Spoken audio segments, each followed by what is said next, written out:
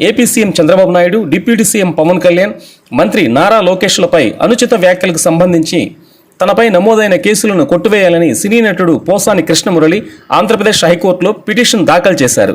శ్రీకాకుళం జిల్లా పాతపట్నం, విజయవాడలోని Suryaraopeta, Kurnool, Adoni two town పోలీసులు వేరువేరుగా నమోదు చేసిన కేసులను కొట్టివేయాలని పిటిషన్లో కోరారు. ఈ కేసులలో పోలీసులు తదుపరి చర్యలు తీసుకోకుండా మధ్యంతర ఉత్తర్వులు ఇవ్వాలని కూడా పోసాని కృష్ణమురళి హైకోర్టును అభ్యర్థించారు. పోలీసులు తనపై నమోదు చేసిన సెక్షన్లు వర్తించవని, రెండు సమూహాల మధ్య విద్వేషాలు రెచ్చగొట్టేలా తను వ్యాఖ్యలు చేయలేదని పోసాని తన పిటిషన్లో పేర్కొన్నారు. తనను తప్పుడు కేసుల్లో ఇరికించారని ఆరోపించారు. ఈ 4 కేసుల్లో సెక్షన్లన్నీ 7 ఏళ్లలోపు జైలు శిక్షకు సరిపడేవే అని, అందువల్ల ముందుగా నోటీస్ ఇచ్చి పోలీసులు వివరణ తీసుకునేలా ఆదేశాలు ఇవ్వాలని కోరారు. పోసాని క్వాష్ పిటిషన్ను హైకోర్టు విచారించింది.